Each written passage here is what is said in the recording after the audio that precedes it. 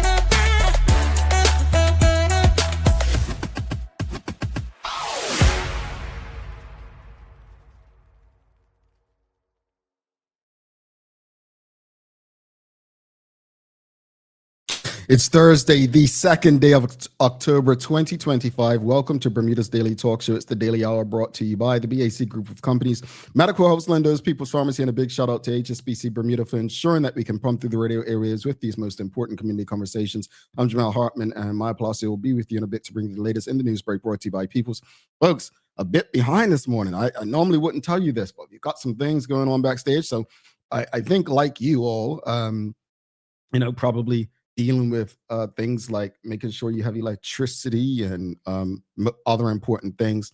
We've got some things going on our end as well, but I'm just gonna come at you like, how's everybody doing? This is a roll call. If you out there, let us know. So greetings everyone, and thanks for making us part of your daily routine. We're gonna have a discussion, just make sure everyone's cool. But after that, we do have a good one for you today, as criminologist Frankco Harris is stopping by. We're going to be discussing his research and solutions to some of the antisocial behavior and violence in our community.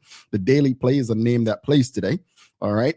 Don't forget to subscribe on our website, thedailyhour.com. Follow us on all of our social media channels to stay up to date with all that we have going on. Help us grow beyond the mic as we do our part to continue to improve our community. All right. Let's just get out there to you. How'd you make out during the hurricane? And did you lose electricity? Mark Arthur C. Phillips says, good morning. I am okay. No current, but I am okay. He says, this is important. We are happy that you are okay. Mark, thank you for letting us know. Yeah, I did check in with quite a few people when I woke up about 4 o'clock my time this morning. Everyone seems to be okay. Still looking at people. The most, it seems like people have got leaves in their yards, and also many people without electricity. You can check, I believe, Balco's social media channels, but it looks like I received a text that, like most times and like always, and not trying to say anything because it's the most populated area, so keep that in mind, but Pembroke looks like they have the most people without power, just over 3,000 people. And Smiths, only about 196, based on the numbers that I've received. So total of customers, it looks like just over 16,000 people without electricity, but just very happy to hear that.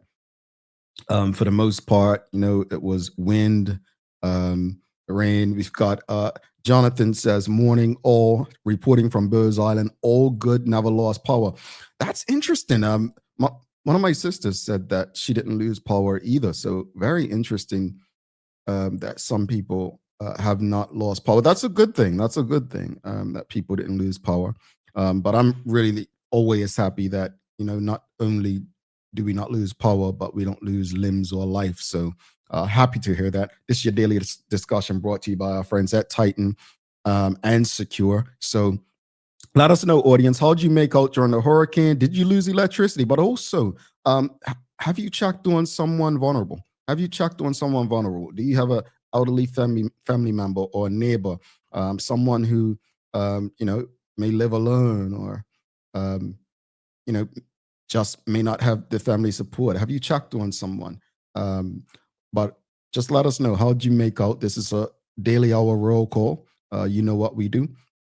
We've got Manuela John says, good morning. Still windy, no electricity, but everything looks intact. Stay safe. Indeed, stay safe.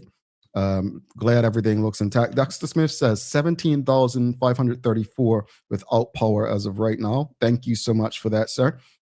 Hey, man, if power's the only thing we're losing, I think a lot of us will be okay with that, right? My sister was telling me yesterday, she was showing me some lights. She got that, I don't know, they're chargeable lights, rechargeable lights. So if electricity goes out, just turn these bulbs on. I don't know. I don't understand technology unless I use it, but she was telling me about it. So hopefully everyone's able to exist and get the important things that they need to do or want to do done during this time. I don't know about businesses, if businesses are back open or not as of right now, folks, but check in with people, check in with your colleagues, your family, your friends. Again, have you checked on someone vulnerable? Let us know. Did you lose electricity? How'd you make out? Is everything intact in your house? Is your family safe? Let us know. This is your morning roll call. We've got some folks on Instagram. Most of the infrastructure on Booz Island is underground, says Gillybird. Well, that's a great thing, and I think that's something that people would love to see island wide. But I thought Belco was working on that anyway. We've got Suzanne Ingham. She says it's a super awesome post, Humberto Imelda de Jamel. Lights never went out. I came into work before 5. Wow. Okay. A few palm trees, leaves, and a trash can in the road. That's it. It was more of a windstorm. Grateful for that. Says no lightning, no thunder. All is well. Give thanks. I'm grateful. I love to hear it. Love to hear it, Suzanne. Jackie Eve says, good morning. No lights. Once again, Bermuda is blessed. Grateful. Absolutely. Absolutely. Absolutely. Hands together. Give thanks. Hadleen Swan says, thankfully, no. So I believe she's talking about losing electricity. She hasn't lost electricity. And the audience, don't forget, check on your friends, check on your colleagues, check on your neighbors. Send it as a group text. Make sure everyone responds in their group text. We just never, ever know. And once, it's like the airplanes, right? They say, once you take care of yourself, check on others. So just make sure that once you make sure you're straight, check on someone, make sure they're good. And just if you have the ability and opportunity, see if you can assist someone who may be in need of your assistance. But again, this is a roll call. Let us know how'd you make out. Let us know where where you're at, and what it's looking like in your area. So let us know what part of Bermuda you are at and what it's looking like in your area. Again, Dexter Smith said it's just over 17,534 people without power. So Balco looks like they will be on the job today. Anyone have generators? Does anyone who lost electricity have a generator to a system at this time? Do you have generators? It looks like, though many people may be without electricity, you saved enough battery to engage during the daily hour. So appreciate you saving some battery to engage with us this morning, because we do have a very special guest coming up in Frankco Harris. Be talking about a very important topic that you all have many opinions about in Bermuda. All right. How'd you make out during the hurricane, and did you lose electricity? Michelle White says, we are good at my house in Smiths. Cap power throughout the night. Well, one of the things I saw said only 100 and something people in Smiths lost electricity. I can't find it, but yeah, that's good. They must have some underground in Smiths like they do in Booz Island, huh? Michelle White says she hasn't looked outside yet. Okay, well, hopefully everything is good outside for you. Mark Arthur C. Phillips is in St. David's, so he said he doesn't have lights. He's in St. David's. Charles H. Jeffs II, he says, I'm in Southampton West. I still have power and snacks. Now, folks, how did he still has snacks? Snacks. I mean, I could understand the electricity still being there, but he still has snacks. You know what that means, Charles? You slept through it. You slept through it. I know some people who just cannot sleep through storms. Like they remind me of folks who can't sleep on an airplane. I'm like, you put me on a red eye, zip, I'm out. But congratulations, Charles. You're probably one of the first people whose snacks actually made it through the hurricane, because most people's snacks don't make it to the hurricane. They eat them before the hurricane even comes. So I'm glad that you still have power. Everything seems great in your area. Rosalind Famous says, I'm in Devonshire. Thankfully, didn't lose power. This is quite interesting. A lot of people did not lose power. That means either something's gotten better or the storm was not as bad as maybe some thought it would have been. Pam Wade says, good morning. Thank God we are good. Never lost power at Table Rock, Pembroke West. Wow. I am honestly, I'm impressed. I think I'm extremely impressed that so many people who are commenting this morning haven't lost power. I mean, is anyone who didn't lose power aware of whether the lines are beneath the ground or not? Because I know someone said when Jonathan said earlier, Bose Island and never lost power, someone on Instagram said that most of the infrastructure on Bose Island is underground. We've got Anton 332209 said, good morning, guys. I am sharing from Paget. It looks okay up here so far, and we had power overnight. It's still on. It's still on. Minor damage around the complex. No one is out yet, thankfully. And folks, thank you for that last part. No one is out yet. Do the right thing. Stay off the roads until the authorities let you know it's safe to get on the roads. I know we love to go around, drive around, take pictures, and look at what damage may have taken place, but let the people in charge and who are responsible for getting things back to normal do their jobs without getting in their way. So let's try to do that. I'm sure that the various news mediums will be out there getting you footage to look at. Not everyone needs to post everything. So let's do ourselves that favor and let the people responsible get out and do the jobs, whether that's putting electricity back on, cleaning up debris. Let's be responsible this time. Mark Arthur C. Phillips says, I can't sleep through hurricane either since I live right on the water. I am making sure that my house is okay. Oh, wow. So you live right on the water. Well, that's good. There's not damage. I couldn't imagine living right on the water. I know living right on the water is a beautiful thing. Don't get me wrong, but I just always think of the storms like this, So I'm glad that you're good with a house right on the water, Mark. We've got Rhonda Trot says, tuning in, no lights. Okay, so we do have a no lights area. What area? What parish are you in, Rhonda? I know Pembroke was the number one parish. It looked like from the numbers that have lost, who's lost power. Hamilton Parish right behind. Well, Warwick right behind, and then Hamilton Parish. St. George's looks like a lot of people down in St. George as well. So hopefully your lights get back on. But glad that you and your family seem safe, Rhonda.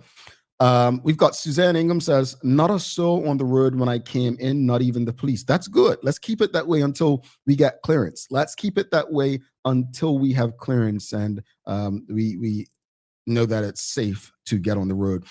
What else, audience? How'd you make out during the hurricane? Is everyone okay? Have you checked on a friend or a neighbor or colleagues? Have you reached out? Have you made sure that everything around your house is okay? Are we good? Charles H. Jeffs II, he says, I'm surprised I still have snacks. I started eating them on Tuesday. I did sleep through it. I believe the storm came from the north. Not sure what that means as it relates to power. Thankful. Well, I know my dad kept telling me that the storm was going to come from the north, which was interesting because they usually come from the southeast, if I'm not mistaken, right? And I don't know, Charles, maybe that did make a difference. Maybe the direction of the storm did play a role, but glad that it seems like everyone, despite the loss of power, we did not lose any limbs, hopefully. and hopefully we did not lose any lives. So thank you all for being responsible. And also, let's just, as I keep saying, let's stay inside, or at least in our yards, until we are given clearance.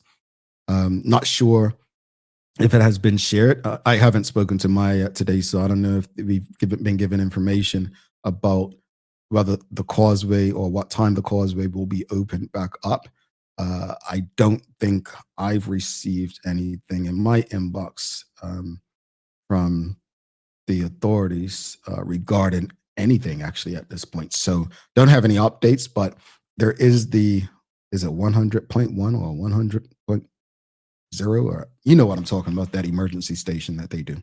They may have some updated information, so make sure that you have batteries in the old-fashioned radio. All right, folks, this is your daily discussion brought to you by Titan Express and Secure. Mark Arthur C. Phillips says, yes, I reached out to a few friends this morning. Good. Well, hopefully everyone made out okay, Mark. We got Suzanne Ingham says, I haven't slept through a hurricane since I moved to Loyal Hill until last night. I slept like a baby last night. And you were up. You must have a very important job. And when I say important, something like policing or, you know, in the, what the call those services? You know what I'm talking about. It's there's services like a police or a fireman or something, because you had to go work through the hurricane. But I'm sure those who are benefiting from your work appreciate you making it. All right, folks. What else? Who else is out there? Anyone got electricity? Thank you, Ella Foster, essential worker. You must be an essential worker. Thank you, Nicole Walker.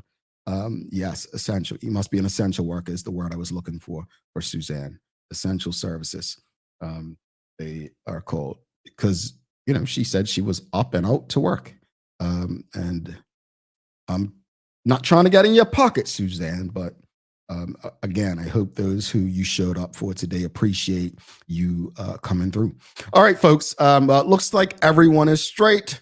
Looks like you are good. It looks like your friends and family, you've checked on them. It seems like we made it through. And, it reminds me of the former director of the Bermuda Weather Service saying, when a hurricane or a storm comes, Bermuda is probably the place you want to be. And I think when we experience things like this, it's a reminder of why. Michelle White says, with everyone home and providing they have power, TDA viewership should increase. No, I don't think everyone has power. I did see quite a few people saying, only 12% left on my charge and no power. I saw quite a few of those when I woke up this morning. So not sure how people are making out. But I thought everyone in this day and age had there's backup portable chargers. No, I thought that was normal now, like where if devices ran, unless they didn't have their portable chargers charged, but that would just be not normal if you have them, not to have them charged. Well, let me take that back, because I don't even know where my portable chargers are. And so, yeah, let me not be that person. Let me not be that person.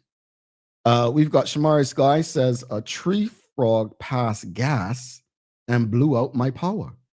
My power was out way before the storm hit. Thanks for bringing the humor. There's tree frogs. Yeah, they there's tree frogs. We've got Michelle White says, yes, the power bar, charge mine up first, computer too. Yeah, those would be important. This would be important. Dexter Smith, thank you so much. He says, new number. Now, 18,213 reported without power, but note, Belco often has to turn power off to get back on. And that would make sense, because they might have to turn off certain breakers or brackets, whatever they call them. I didn't pay attention with my pups on the job site all the time, but they might have to turn them off so that the workers are safe as they go about doing their work. All right, folks, we have to bring Maya Palacio in for Daily Hour News Break. And then we've got Frankco Harris coming up. Very important conversation. This was your daily discussion brought to you by our friends at Titan Express and Secure. And we're going to just show them some love before we bring Maya Palacio in for Daily Hour News Break. While she's doing that, I've got to do some things that I've been trying to do before the show. All right. The Daily Discussion is brought to you by Titan Express and Secure. Visit TitanEXBDA.com, your leading tour and transport provider specializing in Black History tours throughout the island. And SecureBDA.com for all your property management, waste management, residential, and commercial trucking needs. Professional, punctual, and reliable service is our commitment to you. All right, folks, do not go anywhere. I finally got the commercial break up. Seriously, I did, folks. We were having some trouble, but I've got it up. We're going to take a quick commercial break.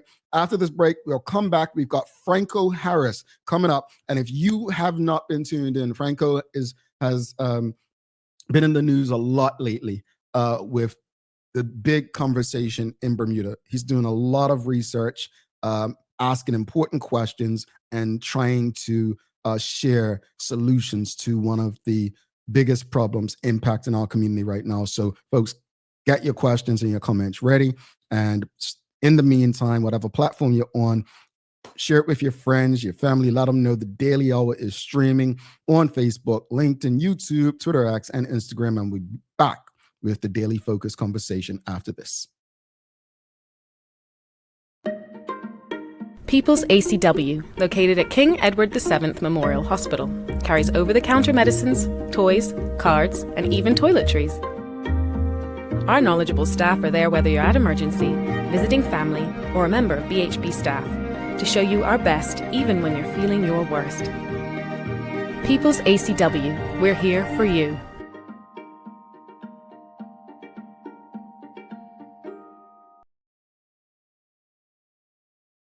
Take a look at our workwear for construction workers and tradesmen. Durable, stretchable in all the right places, and plenty of options for tools and accessories. Paired with our wide range of tough and comfortable footwear, you can't go wrong. As you can see, Medical House really is a one-stop shop for everybody. We can't wait to see you. See it all at our new expanded location on Bakery Lane. Discover Drop It, your go-to grocery delivery. Browse and select from a wide range of groceries, from fresh produce to daily essentials. Our friendly drivers deliver fresh groceries to your door fast, saving you time and hassle. With Drop It, you get fresh groceries delivered fast so you can focus on what really matters. Drop It, freshness at your doorstep, delivered to your door with Lindo's. Why go anyplace else? At HSBC, how we do business in our community is as important to us as what we do for our community.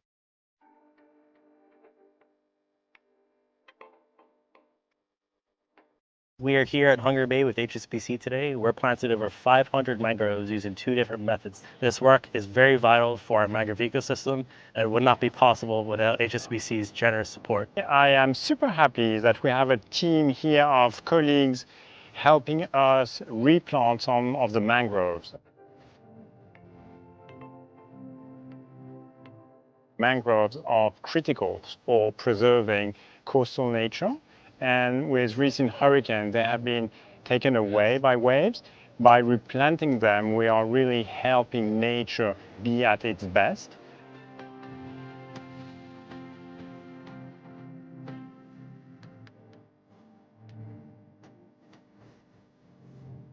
Thank you so much for HSBC for sponsoring the Microforest Project, but by extension, the Hungry Bay Restoration Project.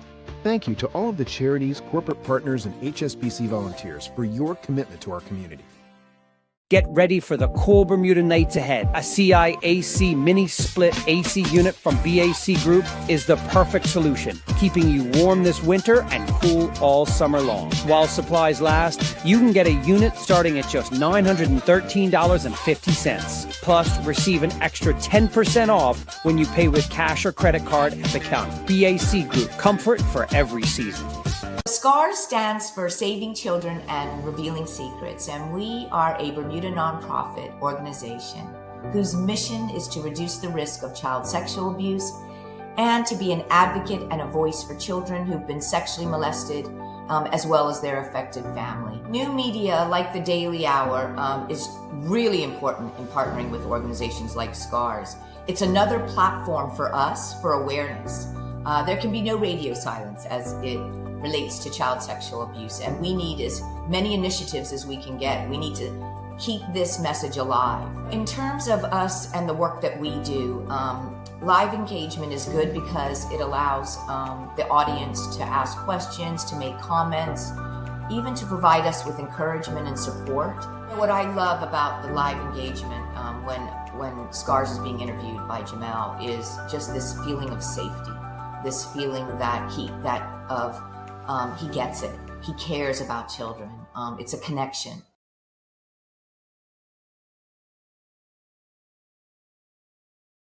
Alrighty, welcome back to the big show. Jamal Hartman here. It's the Daily Hour brought to you by the BAC Group of Companies, Medical House, Lindos, People's Pharmacy, and a big shout out to HSBC Bermuda for ensuring that we can pump through the radio airwaves with these most important community conversations. Folks, do not forget, subscribe on our website if you haven't already, thedailyhour.com. Follow us on all of our social media channels to stay up to date with all that we have going on. Help us grow beyond the mic as we do our part to continue to improve our community. Without further ado, let's bring in our very special guest for the day. We've got Frankco Harris. He has done a lot of research. He is working to provide solutions. Folks, let's give him a warm TDH welcome. Frankco, greetings. Happy birthday. Yes, good morning. Good morning, Jamal. Good morning, Bermuda. First off, I got to ask you, family, friends, everyone good? You've checked in?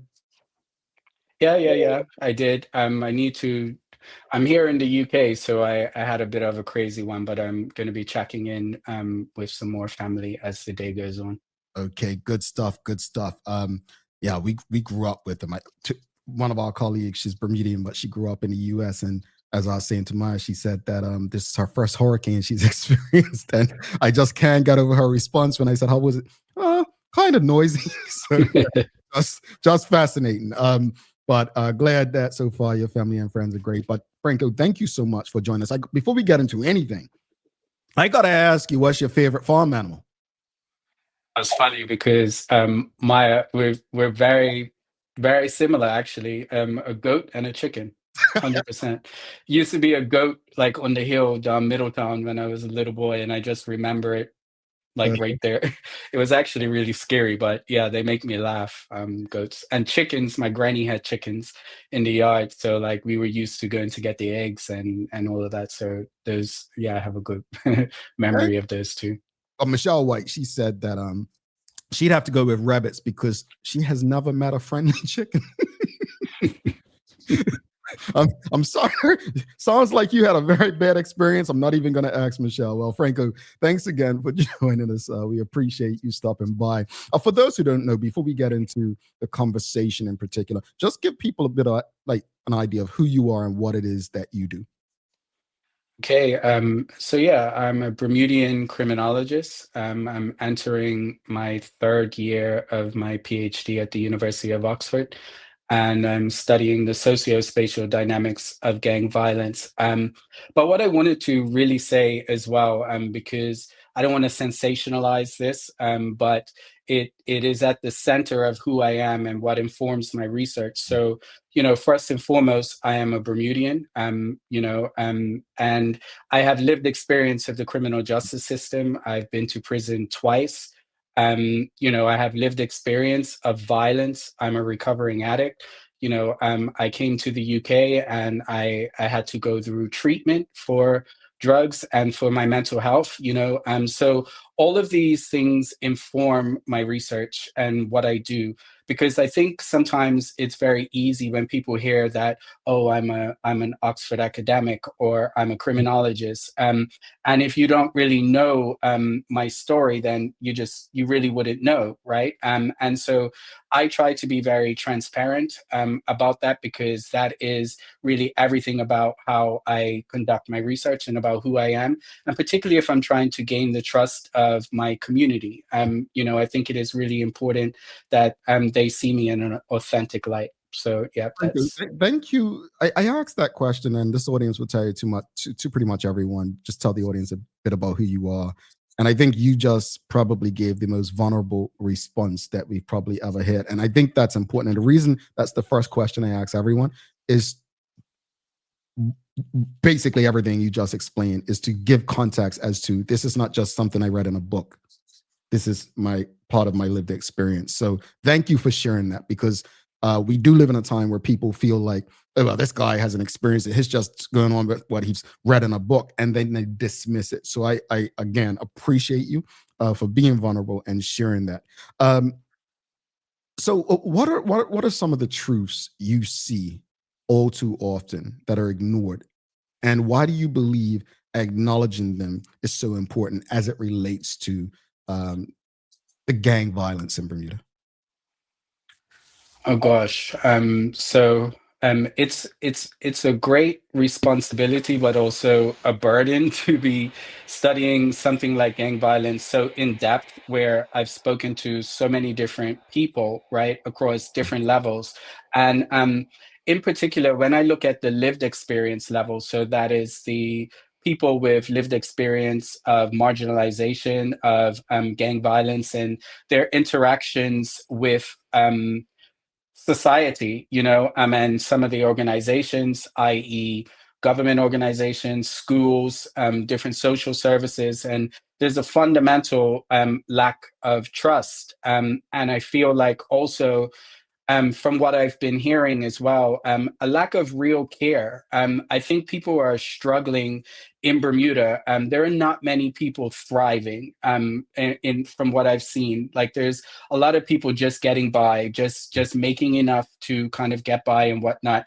And for some people in their different positions, what some of the people have shared, particularly the young people, they can tell the people who are in it because they care, and then they're the people that are there just for a paycheck, right? And so when you're addressing some of these underlying issues, the social issues that are going on, these young people are really susceptible to that and feel that. So yeah, there is a really underlying kind of distrust in the system, but I also see that it's a hostile state. Like that's how I feel Bermuda is, right? It is, you have a lot of angry people that are in close proximity, and that kind of boils over. I think we do very well at the kind of pleasantries. Well, even that feels a bit strange after being away for 18 years. I'm like, good morning, good afternoon. And it's not there as much as it used to be, right? But I think we're really good with our pleasantries, but you walk away from that initial good morning, good afternoon, and it could be like, that's so and so, and that's so and so. And it's like people are fed up and angry and upset. And that just creates like this melting pot of all these really intense emotions. It's definitely a change in space. It reminds me when I first moved to New York, and I still said good morning to everyone, and said good morning to someone in Grand Central. What'd you say? And it's almost, when I'm in Bermuda, you want to be careful of speaking to people, versus when we were growing up, it was just normal to do so. That said, I just want to switch gears a bit, because you've mentioned scaling up, right, existing programs rather than reinventing the wheel. Which community or institutional efforts do you see as most promising, and how would they be expanded based on your perspective? Oh gosh, again, so much. As you might know, and you may have seen in some previous articles, at the core of my research is what's called participatory action research. So that means I'm not just swanning in and researching my community. I level myself down, and I am a part of the community. So one of the organizations that I was working with was Transitional Community Services. And basically, when I was in the UK and observing from a distance, I felt like so emotional, because I was so vulnerable when I was like 15, 16 years old, and like looking for places of safety and mentorship and whatever. And like I was looking at the work that TCS does, and I was like, wow, like I could just imagine what that would have been like if I had an organization like that when I was a young man. So that led to me kind of really reaching out to them to kind of see, particularly because they work with marginalized young men. And so like that made sense to me, and I reached out to them. And the work that they're doing is just absolutely incredible, right? It's intensive, it's relational, But it is really kind of like engaging with these young men and building relationships. But for me, something like that, it goes beyond your standard mentorship, right? I heard some of the reflections from the young men that I was working with in my group workshops, and just how they feel about being seen, how they feel about being talked to on their level, and again, it comes back to that point about the kind of leadership coaches, that's what they call them at TCS, that really kind of like push these young men and work with them to kind of work through their issues. But for me, I say Bermuda is spatially challenged, right? We have like most of our things are in the city of Hamilton, and it's like, oh, you have to travel into. And I just think that, we need to like really look at investing in our local communities again, like, so in the East, in the West, and kind of like scaling up these initiatives, or having like youth centers and satellite offices where many of these services can kind of like operate at those places, instead of everybody having to come into the city center. And definitely in relation to gang violence and antisocial behavior, that is one of the major things that we're seeing. It's really hard for some of these young people to feel safe enough to even access these services, depending on where they are, right? So things like that. And then, looking at family center, and you're looking at all the different kind of like organizations that are offering counseling and support and mirrors. Everything just needs to be really scaled up, really, but also more importantly, joined together, like and really working towards a collective mission, whether that is like violence reduction. And maybe I'll speak on that in a little bit, but everyone's kind of still working in their silos. Yeah. Audience, if you have any questions or comments, please send them, bro. I'll get through as many as possible. But I want to speak about, you mentioned things usually in one place centered, and getting things out to the east and west. Speak about the Bermuda size, geography, and social network structure, and the complication, and how it can change the gang dynamics compared to largest places. Yeah, so that is at the center of my research, basically. So my research covers 3 levels. That's the macro level, which is the big picture, and that's our economic system, our history of colonialism, and government. And then at the meso level, which is our community organizations, so churches, schools, and even policy, and how those things interact. And then at the micro level, it's the individual, how the individual kind of interprets harm and their decisions and whatnot. But most importantly, is how all of that is affected by the term islandness.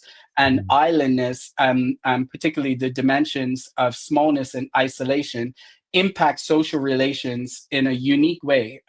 So you may have similarities between small towns and whatnot, but it is fundamentally different being isolated in the middle of the Atlantic Ocean on a 21 square mile island, where our social networks are really tight, but the same thing that can be a protective factor can also be a risk factor. Right. So these kind of like overlapping relationships, and the constantly being like under watch and surveillance, and it really complicates how we can respond to gang violence. And what I notice is that I think a lot of people equate smallness with simplicity.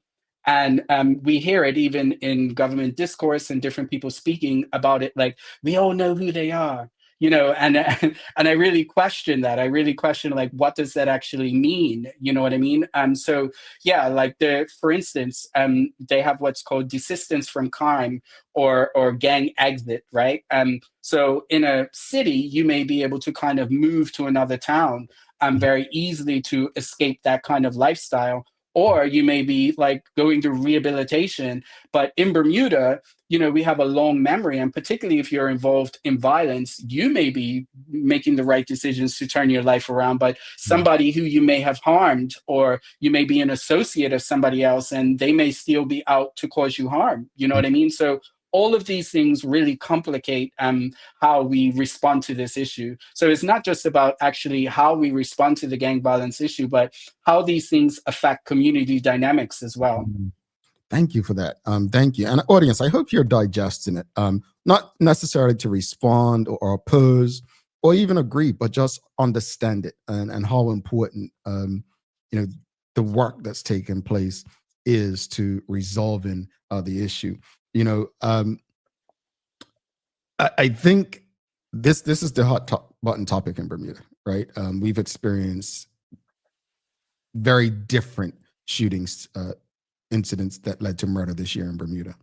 But you've emphasized, Frankco, centering the voices of the most affected and not dictating solutions. So how do you plan to involve former gang members and victims or community insiders in designing the policies to fix or resolve what we're experiencing? Yeah, absolutely. Again, this is at the center of my research. So my research was in 4 phases. Phase 1, I went to transitional community services to get the perspective of marginalized, typically Black young men, right? To hear what is interpret Bermuda's experience through their lens, because in another world they could easily be and some of them have discussed that, right? They could have easily gone into gangs or that type of antisocial behavior. Phase 2, I went in to speak to different community leaders, different politicians, police, ex-governors, deputy governors, all different types of teachers, social workers, prison officers. And I use the young men's perspectives to shape the questions and to even dig deeper into the interviews. And then from that phase, I went on to interview people with lived experience of gang violence, whether direct or indirect. So I don't treat or pathologize so-called gang members. I did interview men and girls and women who may have been involved in violence, who were involved in violence, actually. So I treat them like any other person, right? But I interview mothers and partners who have lost their children or their partners or whatnot, neighbors who have been affected by it. And the same thing, I use the perspectives from the marginalized young men to kind of really get an idea of the lived experiences of the average Bermudian that have been impacted by this issue. And then I went back to TCS, to the young men, and I said, hey, these are the things that came up. What do you think are the solutions? What are some real kind of things in terms of like co-production that we can do to address these issues? Now, I plan after I publish the research, because again, I didn't just want to like write a degree and then get my doctorate and then sail off. You know what I mean? That's not what this is about. It is actually, I describe Bermuda like a bucket, and it has lots of different cracks and lots of different holes in it, right? And no matter what type of interventions and no matter what type of things you're trying to pour into this bucket, if you're not addressing those cracks and those holes in the bucket, then everything you pour in is just going to pour out, right? So I intend to kind of come back to the community and do maybe some type of community exercise where it's like, okay, I have all this information, I have all of this data. How can we address these issues? But again, what's at the center of my research and my lived experience is using people with lived experience of the criminal justice system, of violence, of different marginalization to kind of see like what is the best way to access these people, because I see it a lot. Like again, we have these town hall meetings, we have these different things, but what you notice a lot is that they tend to be older community.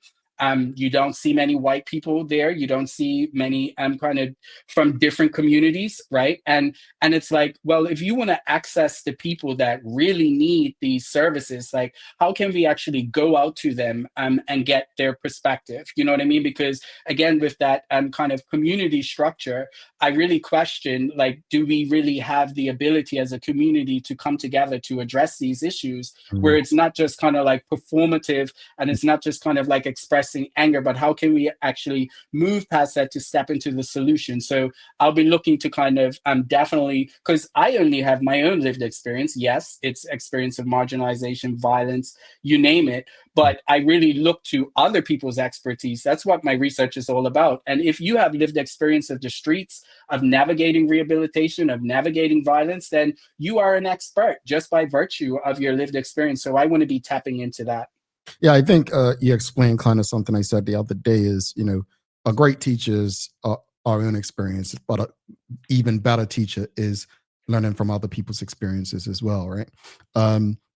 And it's interesting, you mentioned the town hall. So I don't know if you've ever been to the African American Museum in DC, but I spoke last week on the data that I learned there about how in 1970 there were no organized gangs in South Central Los Angeles, but in 10 years there were 155 with over 30,000 members, and it spoke to the root cause of it. Someone on the Daily Hour team shared they must use AI to kind of give perspective on the meeting of the town hall from the other night, and AI pretty much said what everyone on this show was saying. It was two-sided. You've got treat the symptoms part, and then address the root cause. The community wants to address the root cause. The system wants to treat the symptoms. And I think that one of the challenges is, and you may feel different because you're doing this research. It seems like everyone has the answers, but we don't know what to do to solve the problem. I said to someone recently, for me, this isn't about a debate. This is not entertainment. As you just said, this isn't about your degree. This is bigger than you. But there's so many things at play: mental health, trauma, emotional brokenness, all part of your framework, right? How do you believe the psychological healing needs to be woven into violence reduction strategies, and by whom? Oh, absolutely. That's like at the core of it, right? So again, the psychological kind of thing is at the micro level, right? And not just people who are involved or victims of violence or whatnot, but the community at large. And it is so important. So again, I've seen kind of the different counseling services that are out there, and it really, so you have like trust issues. Again, I grew up in a time where like words like anxiety and depression were like white privilege, right? Like you just kind of like got on with life and so-called soldiered on. I think now we're coming to an understanding that mental health is important, and finding those spaces to kind of like work through those challenges. Like, mental health doesn't need to be something where you're in a crisis. It is actually like, if you can talk to a therapist and you can work through your issues, then like, that goes for everyone. But I see it happening. In some of my interviews, I asked people, particularly after a violent incident or whatnot, and I was like, did you seek the help? Was help offered to you? And they were saying, they just were honest and like, no, I didn't seek the help. And and so it's like really trying to get into those issues as well. But it is trust issues, right? Like showing up at I interviewed one person and who was involved in violence, and he talked about the stigma. Like, they asked me to come up to Maui, and I'm just sitting out in the reception area, like like feeling really embarrassed about that. So there are so many kind of things that we need to work on at the individual level, but also at the community level. And like you said, it's very complicated, right? There are so many moving parts. But yeah, the psychological aspect is right at the core of all of this, because we're healing from individual traumas, but also collective traumas, right? The legacy of colonialism and how that still impacts our system and our community, all of these different things. So it's about finding collective ways. So you have like psychosocial interventions. I think I'm seeing some different initiatives, basically where people are coming together in more intimate settings, where they can like pour into each other and challenge each other. Yeah. See, Frankco, you're speaking such it's intelligence, right? But I don't want to demean anybody. But it's fascinating to me how people can ignore something you just said, the role of the psyche of colonialism, right? I see people when I see people saying, "Oh, this is a black people problem. It's black people killing black people. It's black people," and I'm just like, how is it in 2025 with so much access to information, we could be so shallow in our thought, right? And I've got to go to the audience because this show's about them. But how do we get people from that space, or do we leave people where they are? Because if we leave them where they are, they just spread this, and it becomes this thing where, oh, it's just black on black. Why are we? And I said this before. Said it to the deputy commissioner of police. Said it to the audience. Why are we so afraid to address the root cause? And people keep saying, "Well, I don't think it's." Some people say, "I don't think we're afraid," or I'm of the mindset that we don't even know what the root cause is collectively. Well, how do we move towards that?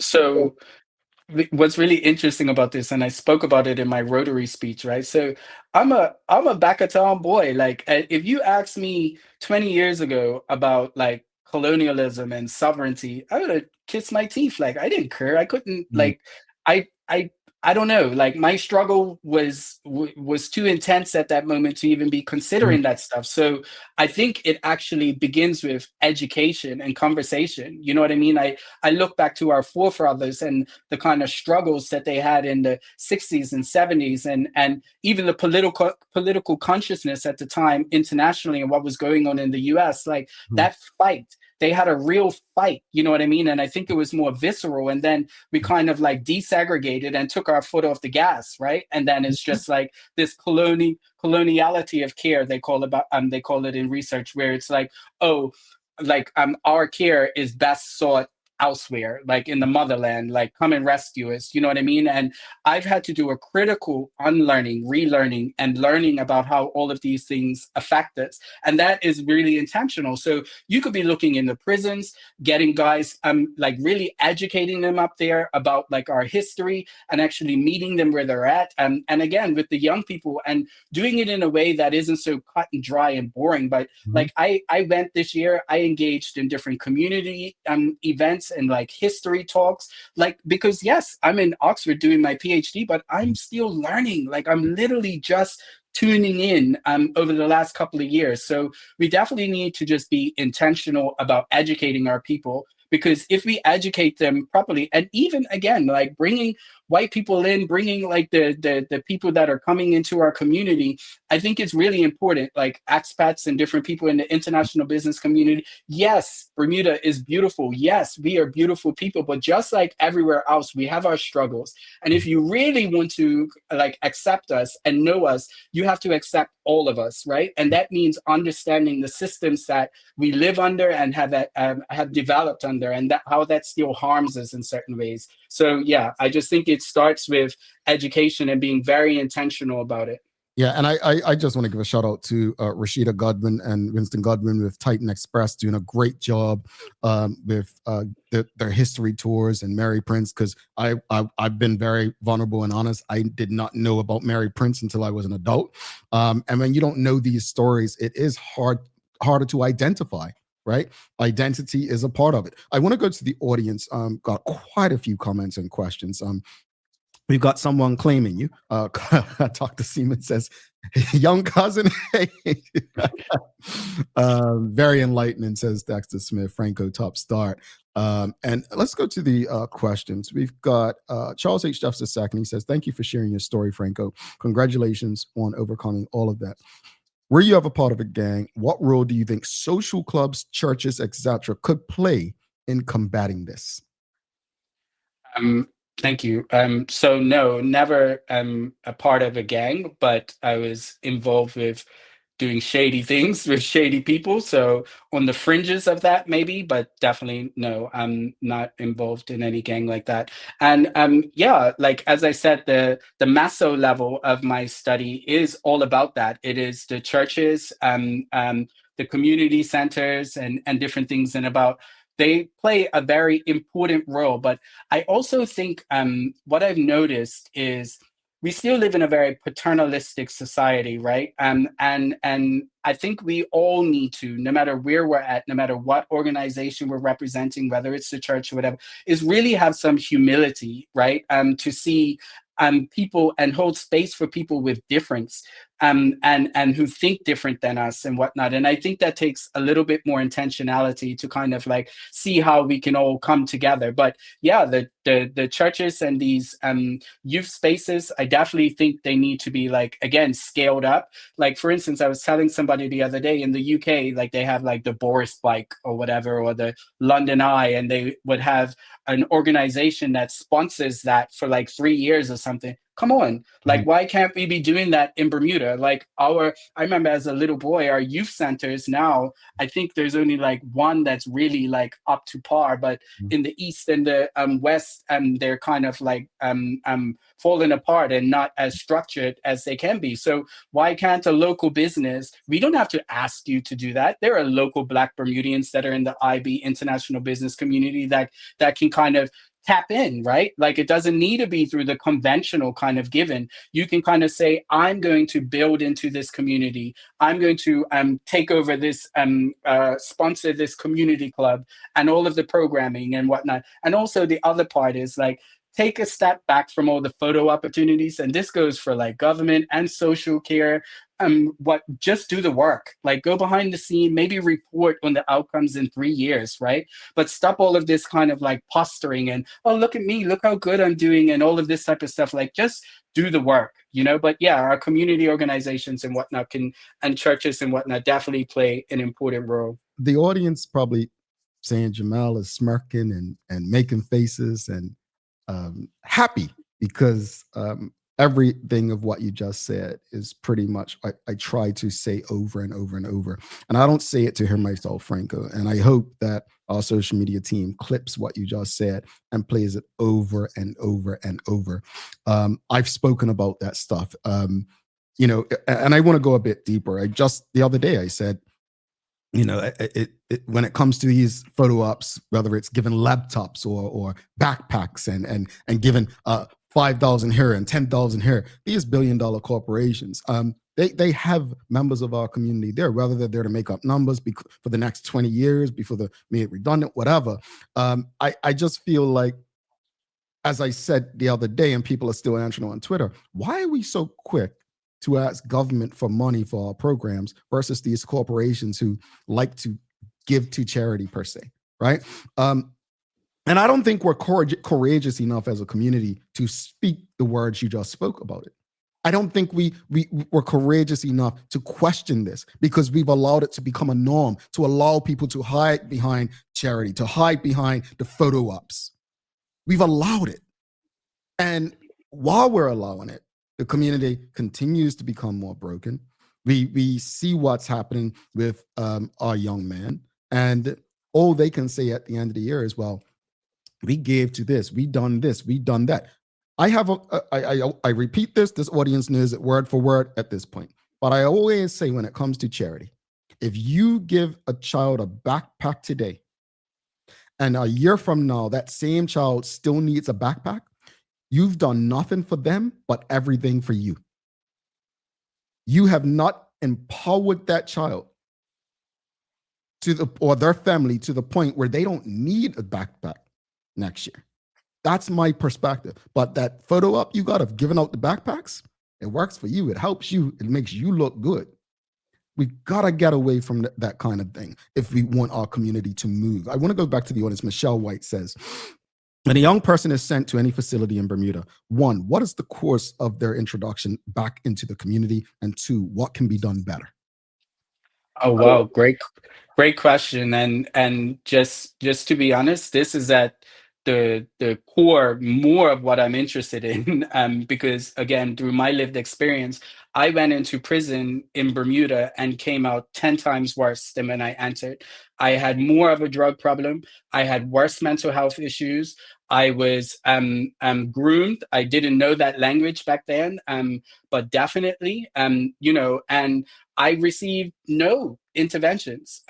Mind you, I'll be very honest as well. Like at that time, I was, as they say, out and bad. Like I don't think I was necessarily ready or whatnot, but I do not remember any type of planning for when I got out. So even in the UK, I'm a prison mentor. I'm now a trustee for an organization that does restorative justice and work in prisons. And I would like to see that work advanced in Bermuda. So for instance, I would go in on the landing actually in prison called ISIS prison in the UK, and I start working with a young man when he's approaching a certain point in his sentence to get access to housing, to kind of mental health support, education, whatnot. And I start working with him, not as part of the system, as a volunteer, pouring into him, seeing his humanity. So we don't have that type of model in Bermuda. Down the prison farm, it was like, oh, go out and get a little hustle, a little job. I was doing a pack on work release, right? There was no kind of like really checking in with my social development or anything like that. I stood outside of the gate for like 5 minutes out of the prison farm because I was so institutionalized and confused. I was like, well, what do I do now? Where do I go? You know what I mean? So we definitely are lacking what you call through the gate care. In this field of study, they talk about the first half an hour of being released from prison is the most dangerous, right? Because if you do not, sometimes you're leaving prison and going into an even worse condition or housing or living condition than when you went in, right? And so it's very easy to get trapped back into that cycle of addiction. My boy passes me a spliff, or you got a shot as soon as you come out, and you're going right into another cycle, right? So we really need to be working on developing through the gate care and that kind of continuum of care. We just don't have that now. We don't even have a halfway house anymore. These are things we kind of really need to look at, and maybe building containers and converting them to kind of like short-term accommodation to ensure that people coming out of prison at least have some type of services or something like that. So yeah, that's a big passion project for me. As you were sharing that, I think someone said it earlier in this show about, did I hear right that when people are released, they're just let out the gate, nothing, and you just shared that. I remember I was reading a couple of books about the ending of chattel slavery in the United States, Frankco, and during these reads, you learned that not every Black person who was enslaved wanted slavery to end because they didn't know where to go. They didn't know where they'd be able to eat. They didn't, they just had no direction. And then once chattel slavery was ended, if you remember the stories correctly, the enslavers got paid for the lost labor and the like, and the enslaved didn't receive anything. They had nowhere to go. And so when we talk about root causes, I think we have to go back that far and the connection, right? Because we don't look at prison as a slave system, right? We're not taught to think. We just think of prison as that's where bad people go, right? And that's where they need to be. As Maya mentioned in her news break, we're talking about rehabilitation now, right? Conversations have been going on for years. This, as you're saying it, and as people question it, it just makes me think like this is the same thing that happened back then, and we don't correlate it. We don't see the connection. And I really hope through these conversations, people see the connections and understand that we as a community do have a responsibility to welcome people back in as a system, to rehabilitate people, to prepare them not to come back out and reoffend and become career, custodian. Like, I mean, you get me? Like prisoners. I don't even like using the term. We are human beings, right? People need chances. But I want to go back to the audience, Frankco. Rosalind Famous asking, thank you for articulating the concept of islandness and its effect. Is your research available for reading yet? Thank you. No, I'm right in the middle of writing now. So I may actually produce a separate paper on the islandness concept. So I'll keep you posted on that. But I'm in the middle of the writing stage right now. Although I do have a publication out on recovery and addiction and how special interest meetings and 12-step fellowships are important, like men's meetings, women's meetings, people of color meetings, and how recovering in a community with people that look like you, sound like you, shared lived experience like you can aid in the very things we're talking about, rehabilitation and whatnot. So that is available online. Folks, he has to go. I'll get through a few more questions because I know, I mean, they have a lot for you. Michael Daniels asking, speak to us about the value of a root philosophy in life that is on par with what we believe previous generations received from involvement in the church. Okay. So if I understand that properly, so like, the church for me, and like growing up, I did it, I was talking about this in another forum, but my aunt and uncle fostered me for a period of time. And I really went from kind of like really harmful, bad conditions to being in a home that was really Christian based. And we were going to church on Wednesday, Thursday, Friday, Saturday, Sunday. I was like all churched out at one point, right? But it's really interesting how, although I was rebelling against church at a certain age, around 16, it wasn't until like the height of my addiction, prison, and different experience, I really realized how the roots of my faith have been planted inside of me and how they like really grew and activated at that time. I think now, because I have a profound respect for the churches and for my faith, but we also really need to talk about how institutions like the church have harmed some people in the community, right? And how they ostracize people sometimes, right?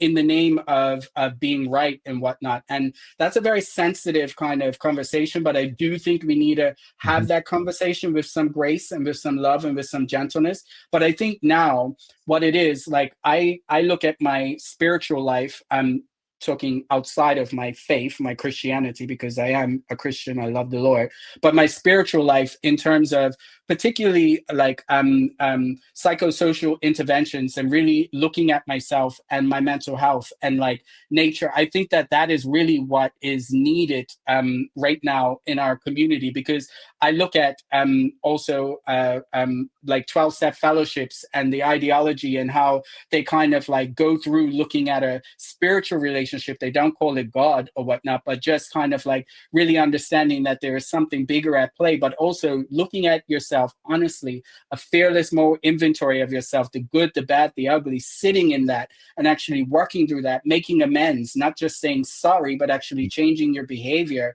then actually tapping into meditation and stillness. So I look at that as when I first entered into like recovery, I was like, where was this in primary school? Like, if they only taught me how to kind of like take accountability, to sit within myself, to not just apologize, but change my behavior, pouring into other people, giving what's been so freely given to me to someone else, living with like grace and gentleness and kindness and respect. All of those kind of things I learned through recovery, not specifically through my faith, although my faith kind of encompasses all of that, but it just gave me a very practical way of addressing that. And in my actual study, I talk about 12-step facilitation therapy, which is not the actual 12 steps based on AA or NA or something, but it's the same kind of principle of looking at yourself and pulling yourself apart and putting yourself back together. So I think that is what we need. We need like ways of being accountable with ourselves and with our community. All right. We've got Renee Simmons says, I don't know Mr. Harris, but have seen him on LinkedIn with some of his research data. I think Bermuda is lucky to have someone who is knowledgeable in gang violence and can help combat our issue. And I think, Michelle White, that answers your question, saying you will try to reach out to him later, suggest he reach out to you. Can I do that? Are you on LinkedIn? He is on LinkedIn, so you can find him there. But there were a couple people asking the same question, and I'm just trying to, if you can answer this very concisely. Cameron Fox asking, do you think the removal of prayer and discipline in school contribute to the downturn of respect in Bermuda? Ooh, that's a loaded one for me. Yes and no, because I do think that there is is real value in faith and discipline and having, because like I just said, those things were kind of instilled in me, right? Saying the Lord's Prayer, all of those type of things are just kind of like second nature to me. But I do understand that as we advance as a society, those things don't fit neatly into some other people's ideologies and the way that they view life and whatnot. So I can see both parts. I definitely like the way I was raised and those values and how they were instilled to me. But as a critical thinker, I also understand how certain parts of the dogma and whatnot harm me. You know what I mean? So I can understand that people want to kind of like live their life in the way that they do. But when you're not instilling values in people, it's easy to become normlessness, right? I'm under this kind of like nobody has any shared values and whatnot, and it's hard. So that's a complicated question. Two people asking pretty much the same thing. Manuela Jones said, "We heard recently of children of victims of violence expressing their intentions to retaliate. Have you interviewed any children?" And we also have Gina Spence Virgil says, "What is your view on the 113 children left behind from gun violence? Would you consider them to be the most vulnerable?"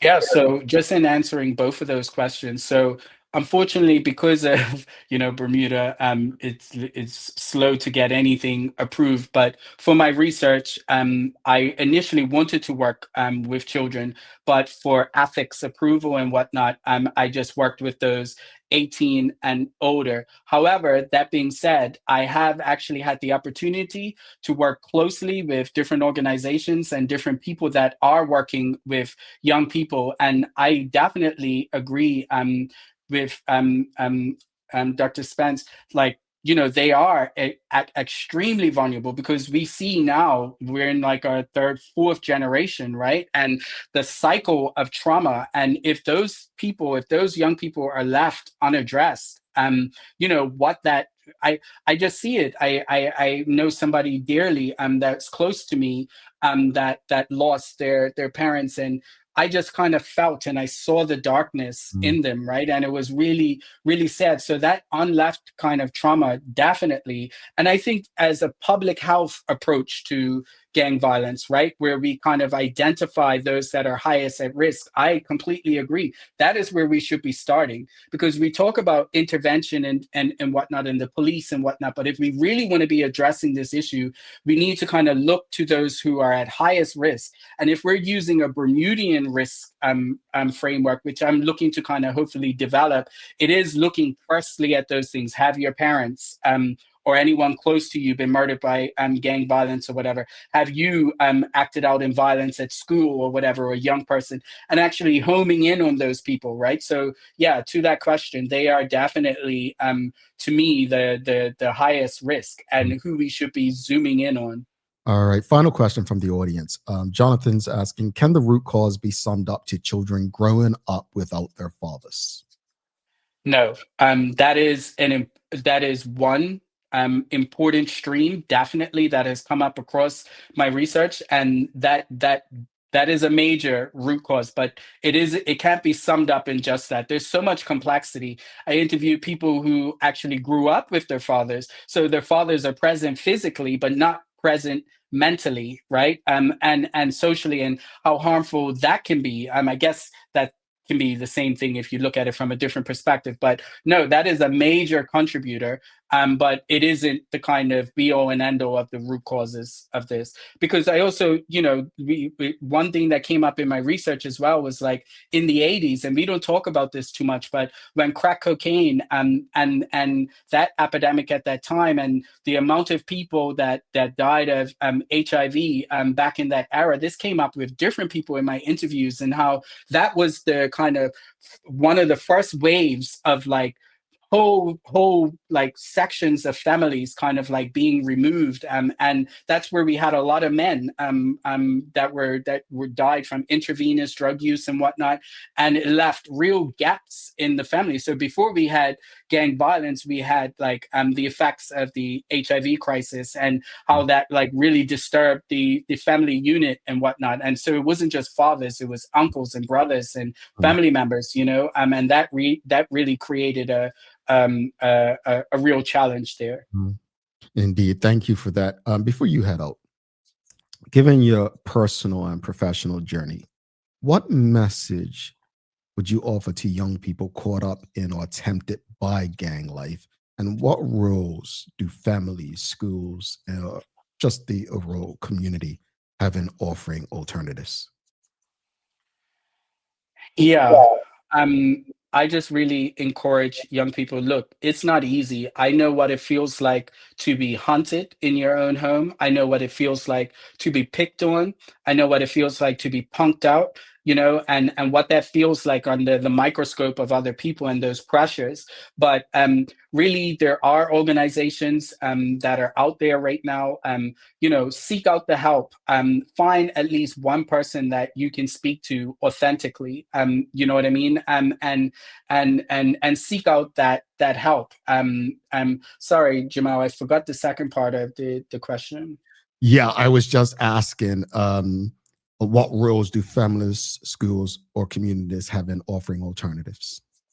Yeah, absolutely. Like I said earlier, I think there's great work going on in our community, many different organizations or whatnot. But I just think we need to come together, come out of our silos, and package it in a way so that we know where to go.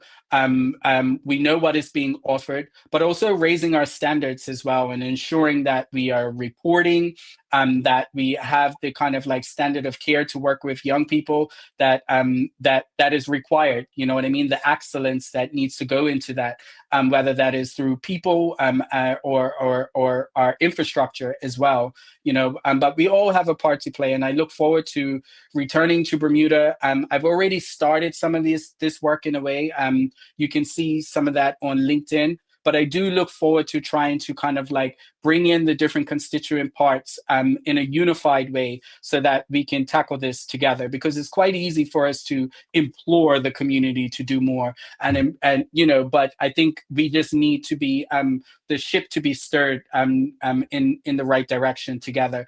And I guess, like I said earlier, that's the blessing and the curse, because this is all I do every day, all day is focus on this issue and our community in a way to kind of like finding solutions. So I see all the moving parts all at the same time, and I look forward to kind of speaking with more community members, because I didn't get to do that, didn't get to speak to everyone. So please do reach out, and yeah, I just look forward to bringing us together in a more unified way and contributing to that. Frankco, thank you. Not just for stopping by this morning and engaging us, but for the work that you're doing. It seems very genuine. And I think that's what's also missing in trying to resolve where we are and what we're doing. I'm grateful that you've been vulnerable enough to share your story. And to me, it provides context and builds credibility and trust. So thank you for what you're doing. Please don't be a stranger. If there's ever anything that we can do to help educate people, to help them unlearn and relearn, please reach out. This platform is always available. So thanks again. Have a wonderful day, sir. Thank you. See you, Bermuda. Frankco Harris, folks. If you appreciated that conversation, if you're streaming on Facebook, LinkedIn, YouTube, Twitter, X, or Instagram, give us a thumbs up, a love, a like. Make sure you share it with your friends, your family, your colleagues. Folks, we're going to take our final break. I've got a daily play for you. You don't want to miss this. Stick with us. Considering the increasing challenges faced by financial institutions, the need for insurance protection is a critical component of the risk management framework. At Friesenbrook, our priority is to safeguard your assets with the most optimal, cost-effective risk management cover to help protect your business, whether it be cyber, directors and officer liability, professional indemnity, or property insurance. Call us on 296-3600 to learn more about our full suite of competitive corporate insurance products. At Friesenbrook, we provide insurance you can count on. Dreaming of expanding your business? With BDC's Loan Guarantee Program, we support your ambitions. Get up to 75% guarantee on bank or credit union loans up to $300,000. Just your vision and our support. Apply today and unlock new business opportunities. BDC, Bermuda business starts here.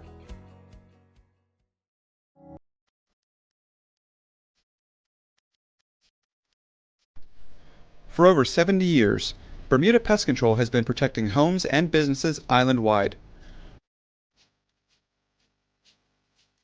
We offer a full suite of services, including rodent control, termite fumigation, and general insect control and maintenance. Our team of experts will quickly and efficiently eliminate any pest problem you may have. With Bermuda Pest Control, you can enjoy a pest-free home in no time. We're committed to providing fast, reliable, and solution-driven services for our customers. It's what we've been doing since 1952. Call Bermuda Pest Control today and say goodbye to pests for good.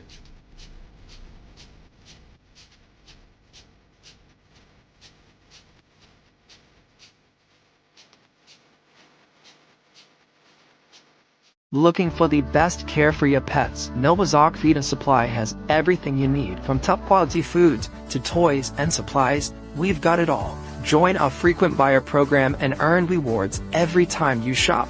Plus, we've been awarded the Clever Customer Initiative program for helping you save more. And don't forget, we open an hour early on Saturdays so you can get a head start on your pet care. Visit us today or shop online for easy pickup or delivery. Your pets will thank you. PALS is a cancer care charity. We started 45 years ago. What started as a charity with a half-time nurse, and basically just assisting patients going home from the hospital, but patients dying at home. We now, 45 years later, have 6 nurses, a social worker, and a palliative care physician. I know a lot of people that watch the Daily Hour every day, so it's just educational. It helps you know more about specific charities or specific organizations, and kind of get the nitty gritty as opposed to just seeing a flyer on social media or just hearing or seeing a commercial. I think it's more beneficial. Like if I'm on the radio or on TV, I'm just like telling you what I think you want to know. But you might have specific questions that I can answer directly. I think it's much better having the live engagement.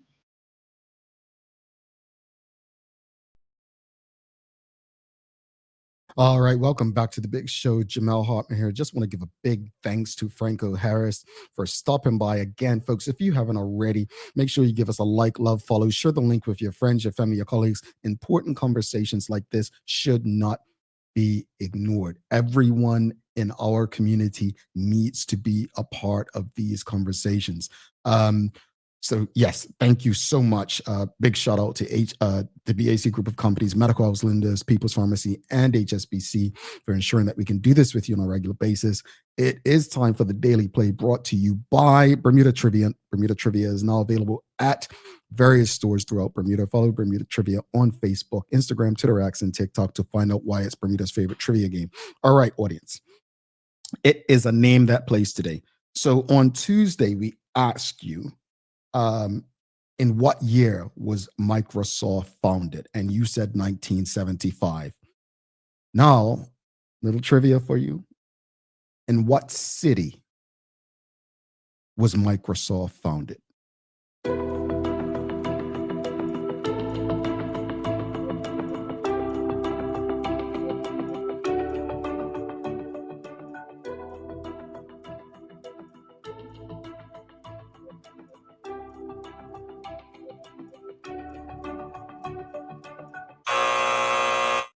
Mark Arthur C. Phillips says Spokane, Washington. I knew people were going to think it was actually the Northwest. It was not. It was not. No, it was not Silicon Valley, California. It was not the Northwest. I knew people would think that. It'll be quite surprising. No, not Palo Alto, not California. No. Not Atlanta. All right. Without Google, the answer is no. I thought people, I see, I knew everyone was going to go with the Northwest. No, it was actually founded, ready? In Albuquerque, New Mexico. Yeah, Albuquerque, New Mexico. By Bill Gates and Paul Allen. Yeah, New Mexico. Yeah, all these years, I thought it was founded, I'm not going to lie, in the Northwest. I thought it was up there in Oregon or Washington State. Until this week, I just learned that. So, all right, folks, we all learned something new today. Hopefully, we learned a lot. Regarding the discussion, I'm really, really happy to know that everyone seems to have made it through the storm okay. The most we lost is lights. And look, as a person who's experienced various hurricanes, if lights, electricity is the only thing we lose, I think we will all be happy with that. As long as there's no lost limbs or lives, I think we're good. So happy to know that everyone and their families seem to be okay so far. As far as the conversation with Frankco Harris, I'm grateful. I'm grateful to Frankco for being vulnerable and having this conversation and engaging with us live about what he's learned during his research, but how his own experiences have shaped how he's going about his research. So many people, especially in the social media age, have opinions. Opinions based on various things. Some their own experiences, some because of something they've read on social media by someone else. But it's nothing like digging deep beyond the surface to truly get to the root cause. Someone asked earlier, could the root cause come down to fathers not being present? Can the root cause be summed up to children growing up without their fathers? That could never be the summed up root cause, because there would be a reason why fathers are not there. And we never discuss that. We never discuss it. There was research shown I shared the other day that Black fathers are more present than any other demographic, right? Now that's research. That's not me saying it. You can chat GPT it, Google it, do whatever. But then we have to ask, well, what about the fathers who are not present? What are they doing? And that's when you think of the system, the impact of this system. So if we're going to blame a group, let's go deeper and find out why. Why are more Black people in prison? How are they being criminalized versus others? Why are more Black people working 2, 3, 4 jobs? We have to, we seem to stop at what makes us comfortable. And we have to go beyond what makes us comfortable. And I'm glad that we have Frankco Harris absolutely being a person who's willing to do that. Here's your daily inspiration, folks. I'll leave you with this. And I just want to give thanks because there were quite a few comments I don't want to ignore. It's a lot that has come through on different platforms. You only see the comments and people on the platform that you're tuned in on. But I don't want to feel like anyone is ignored. Gina Spence Virgil said, really appreciate your interview this month. Frankie, very proud of you. Renee Simmons said, excellent conversation. We certainly need a whole crew like Mr. Harris with his expertise, knowledge, and personal experience.